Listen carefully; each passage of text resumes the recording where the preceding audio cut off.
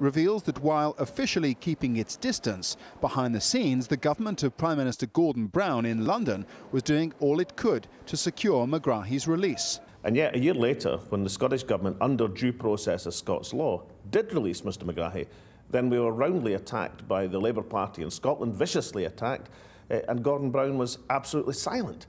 I haven't seen a more case of more organised hypocrisy in my political lifetime.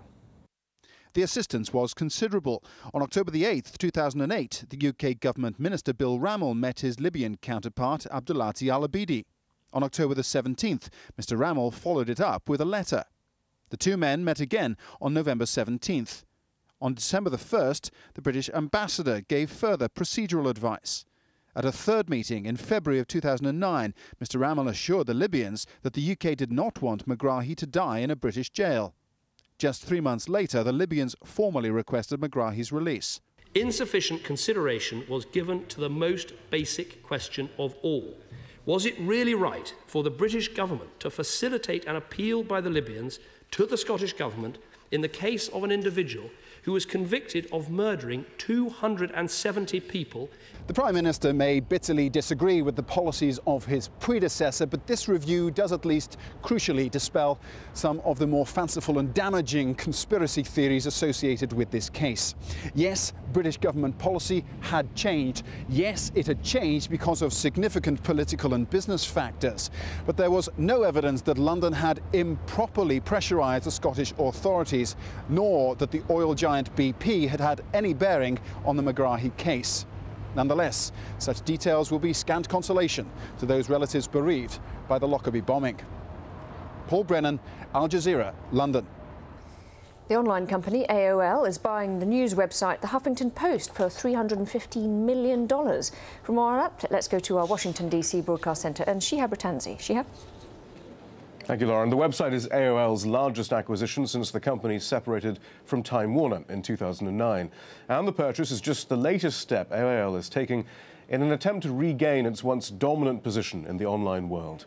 Al Jazeera's John Terrett reports. The Huffington Post is one of the most powerful online publications of its kind, already among the top 10 global news sites. Not bad for a start-up just 6 years old. The Huffington Post has a small team that break their own stories, but its reputation has been built on trawling other news websites for headlines and exclusives and then publishing them all in one place on the Huffington Post. You can send me anything, Ariana@HuffingtonPost.com. The site gets its name from founder Ariana Huffington, the one-time Greek shipping heiress turned astute businesswoman who will join the board of AOL as part of the deal.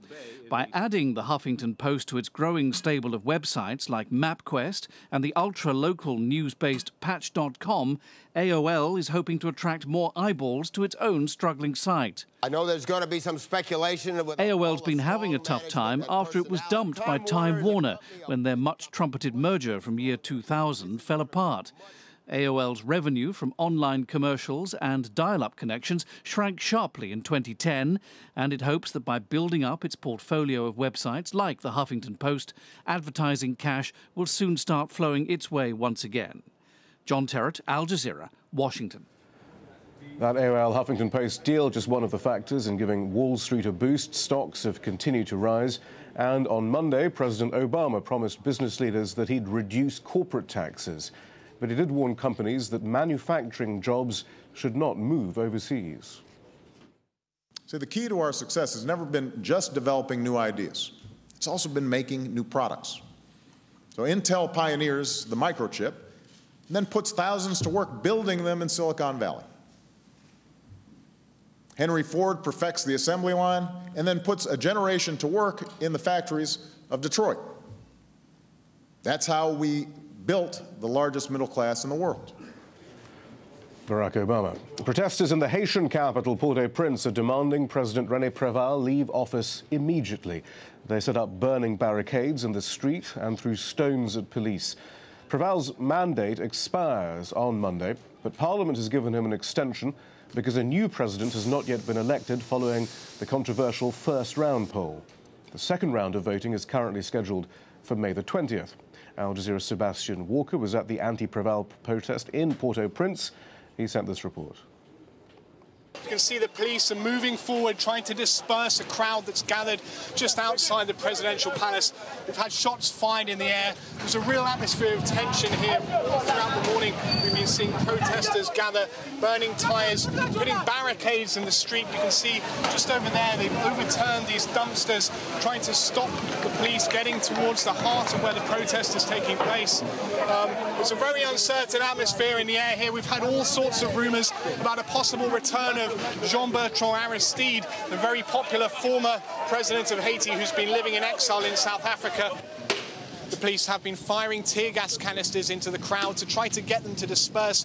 You can see they've managed to clear most of this area, which is right outside the palace itself. We are being told that René Préval, Haiti's current president, is going to continue in office until April, after the scheduled presidential runoff vote on March the 20th, which will ultimately decide who becomes Haiti's next president.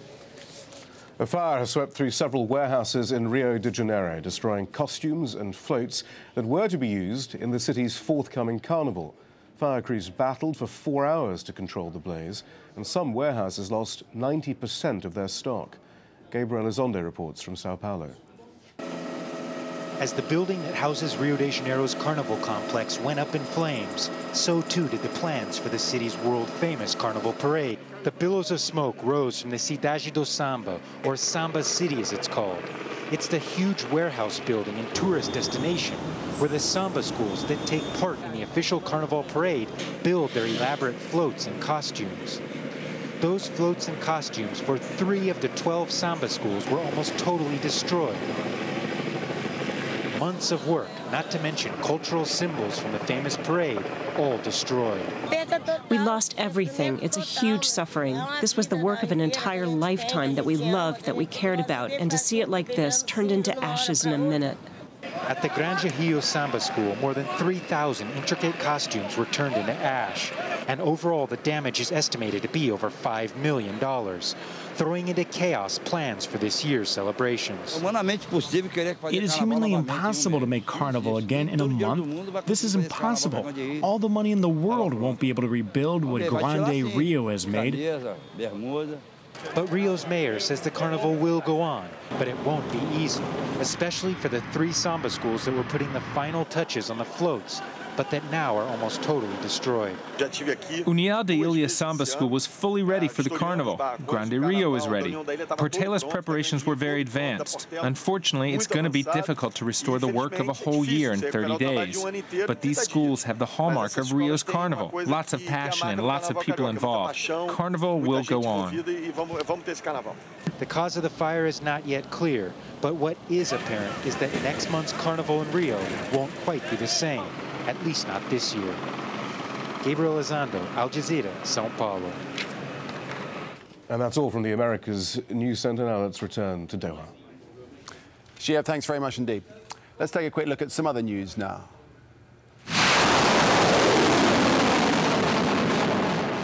Iran's been showing off its new military technology. The Revolutionary Guard test-fired a supersonic ballistic missile on Monday. The elite military wing says the weapon is capable of hitting warships or other targets without being intercepted.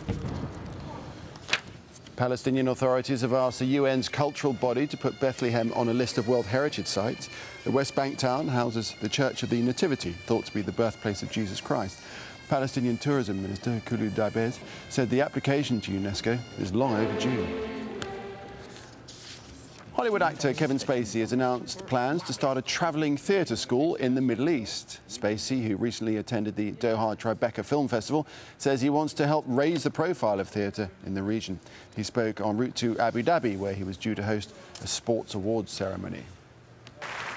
Let's return to our top story now and the crisis that faces Egypt following this popular uprising that began 2 weeks ago.